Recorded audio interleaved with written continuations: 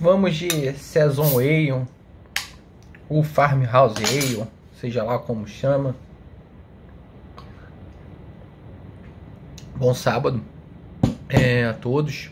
A cerveja, ela possui uma fermentação dentro da garrafa, né? A refermentação, historinha que é legal de saber. É uma produção que era dada sazonal, por isso que é saison, e sempre no inverno, né? Onde os trabalhadores das fazendas, eles ficavam ociosos nas estações frias, e aí botavam os trabalhadores para trabalhar, para produzir a cerveja, né? Então, graças a eles, estamos agora nos deliciando de uma Saint-Feuillien, né?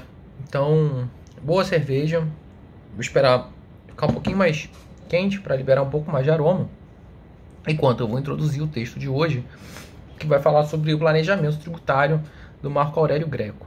Essa parte do texto vai falar especificamente sobre uma terceira fase de um debate do planejamento tributário que ele propõe e que relaciona-se com a capacidade contributiva, e pode parecer estranho à primeira vista esse tipo de planejamento, esse tipo de debate sobre o planejamento, mas é um planejamento que consiste em dizer que é um debate que consiste em dizer que se a legislação tributária não respeitar a capacidade contributiva, podem ser realizadas algumas desconsiderações na hora de aplicação da lei, ou seja, pela própria Fazenda, para que desconsiderem alguma coisa que não considerou a capacidade contributiva, que desconsidere algum planejamento que não está manifestando a capacidade contributiva, né? Mas antes de entrar nesse terceiro debate, eu acho necessário explicar, contextualizar, falando um pouco sobre os primeiros e os segundos debates, né? Marco Aurélio Greco, no livro dele, Planejamento Tributário, ele vai dividir em 3 fases de debate desse planejamento. O primeiro seria a liberdade, salvo simulação. A segunda fase seria a liberdade, salvo patologias. E a terceira fase, o qual vai ser o objeto desse vídeo, vai ser a liberdade com a capacidade contributiva. Essas fases, elas não são cronológicas e não acontecem de uma forma sequencial, mas elas são fases teóricas, né? E que muitas vezes podem conviver historicamente. Um minuto. Então, com isso, elas são organizadas a partir da composição de alguns elementos para determinar se um planejamento ou não produzirá os efeitos jurídicos, né? Que seria atingir uma menor carga tributária.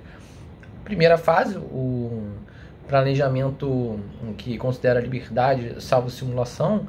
O ponto de partida dessa fase, desse debate, é a visão ideológica de que o tributo é uma agressão ao patrimônio individual, né? É como se o Estado se intervisse para, a partir de alguma manifestação de riqueza sua, do seu patrimônio, ele vai e abocanha. O leão vem e retira de você essa renda que você oferiu, muitas das vezes licitamente.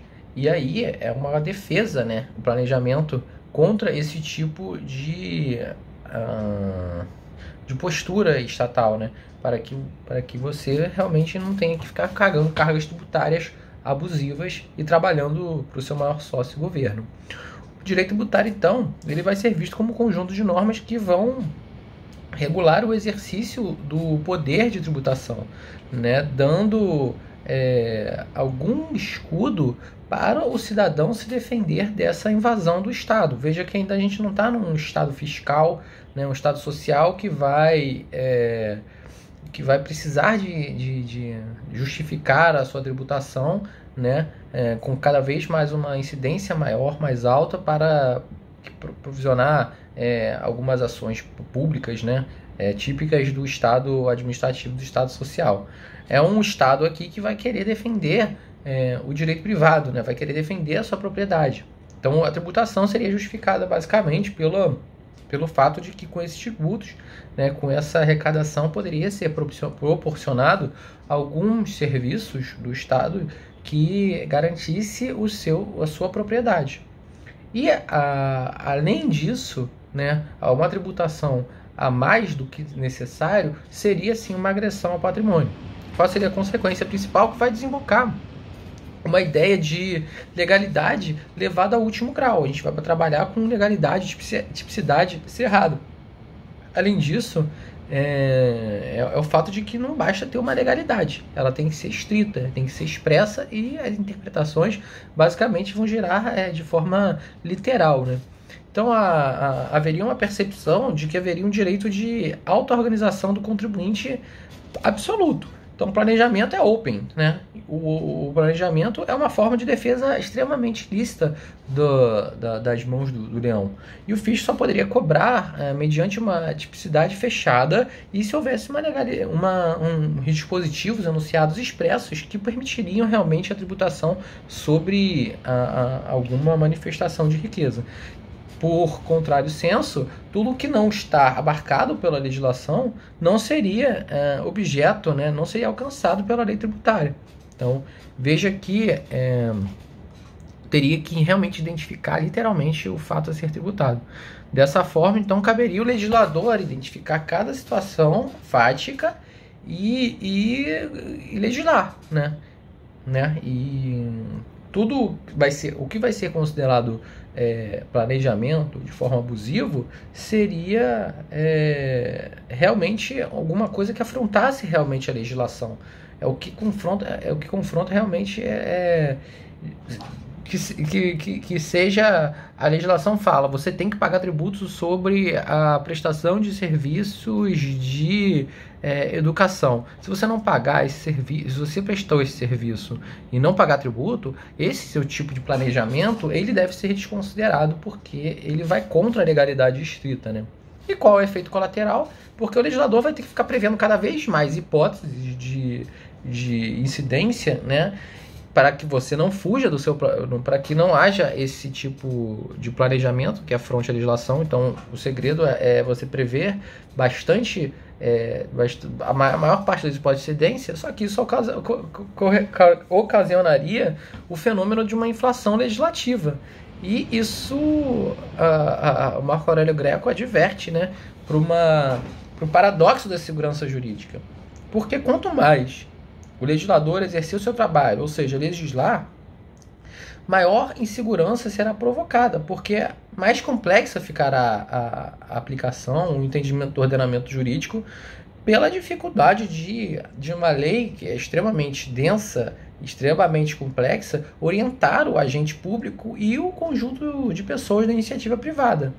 Então, é difícil orientar tanto quem é a parte que vai cobrar o tributo e tanto quem vai ter que pagar o tributo. Então veja que essa inflação legislativa, com o intuito de evitar planejamentos ilícitos, vai ocasionar essa complexidade, essa inflação legislativa.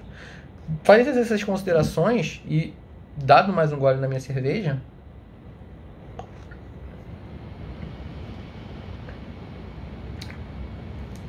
acho que ela não é filtrada. Pelo que eu li, ela é um pouquinho mais suja, né? Mas não tem problema, a gente aproveita, né? Acredito que por isso haja a refermentação dentro da garrafa, né? As leveduras trabalham nela.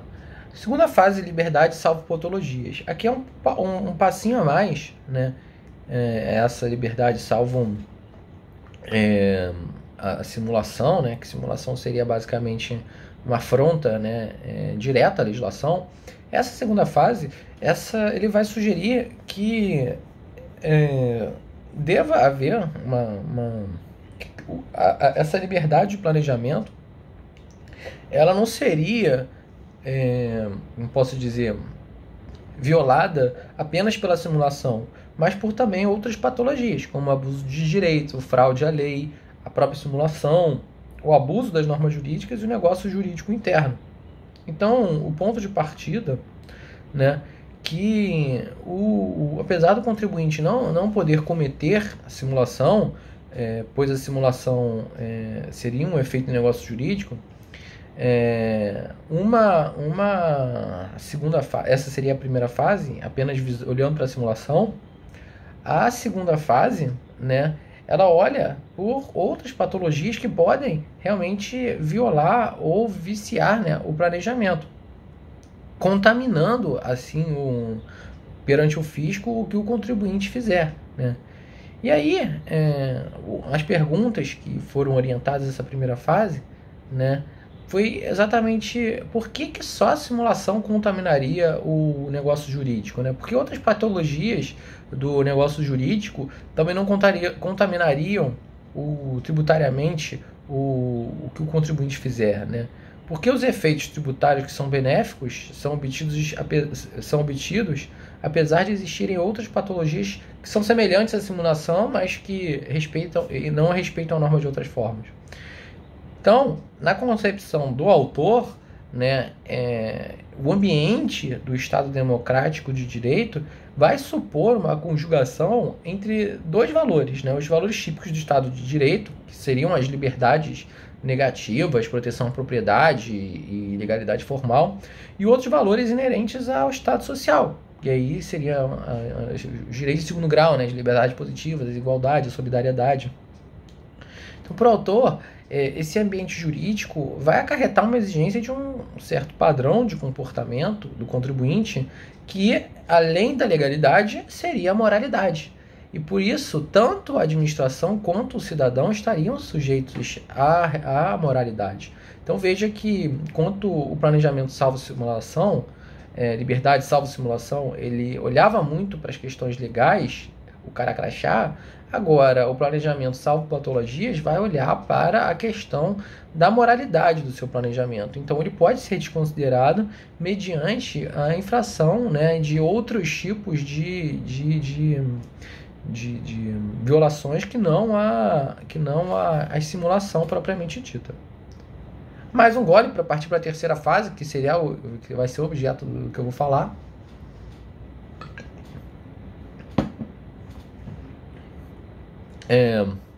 Liberdade com capacidade contributiva. E aqui a gente vai ver a revolução proposta pelo Greco no planejamento, porque para o autor, mesmo no caso que não haja nenhuma ilicitude e também não vai se identificar nenhuma outra patologia, né, o princípio da capacidade contributiva vai autorizar a desconsideração e a requalificação dos atos e dos negócios jurídicos perante o contribuinte, praticados pelo contribuinte perante a fazenda pública.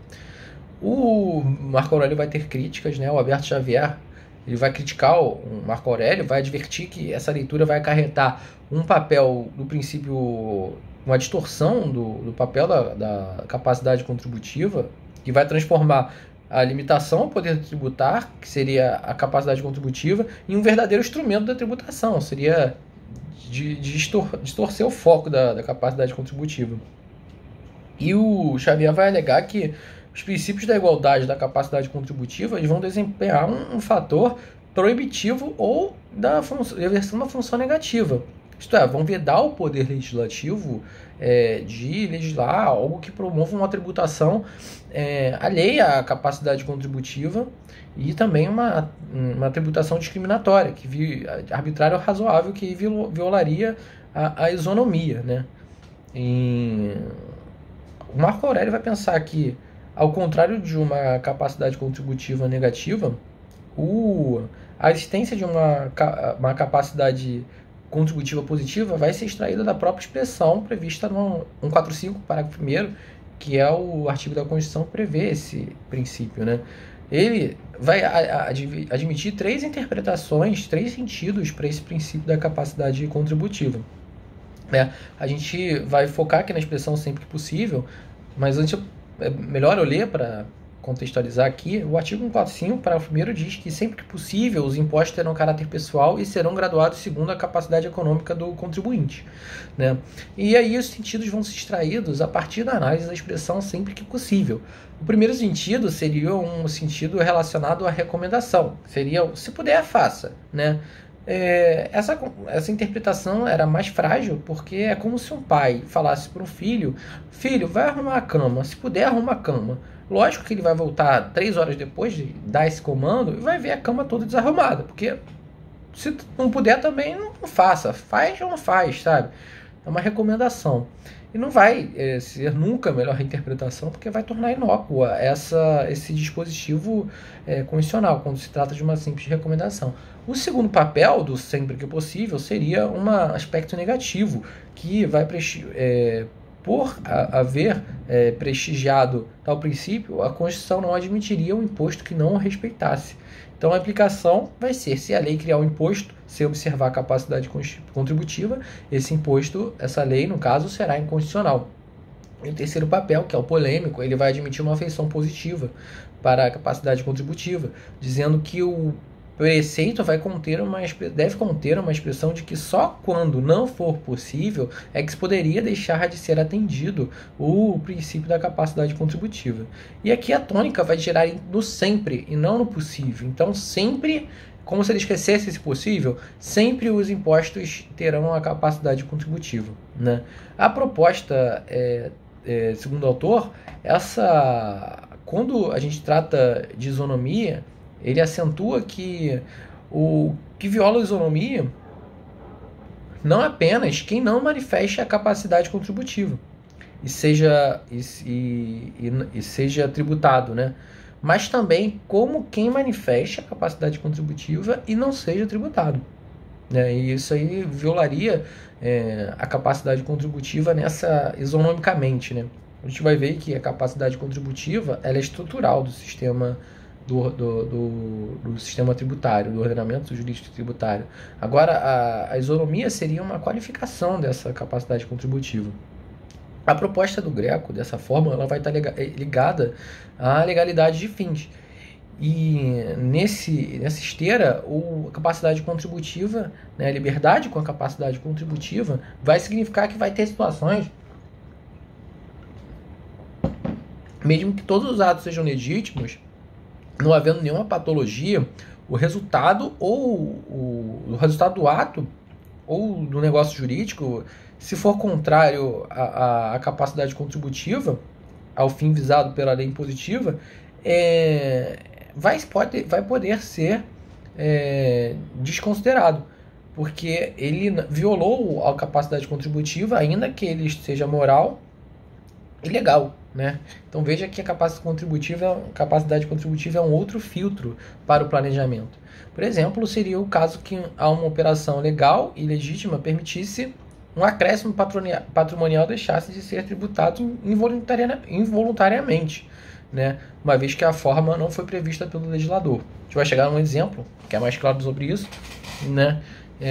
Vou até adiantar, é como se uma lei prevesse 10 contratos uma lei financeira, uma lei que prevesse rendimentos financeiros de 10 tipos de contratos diferentes e esquecesse de prever o 11º.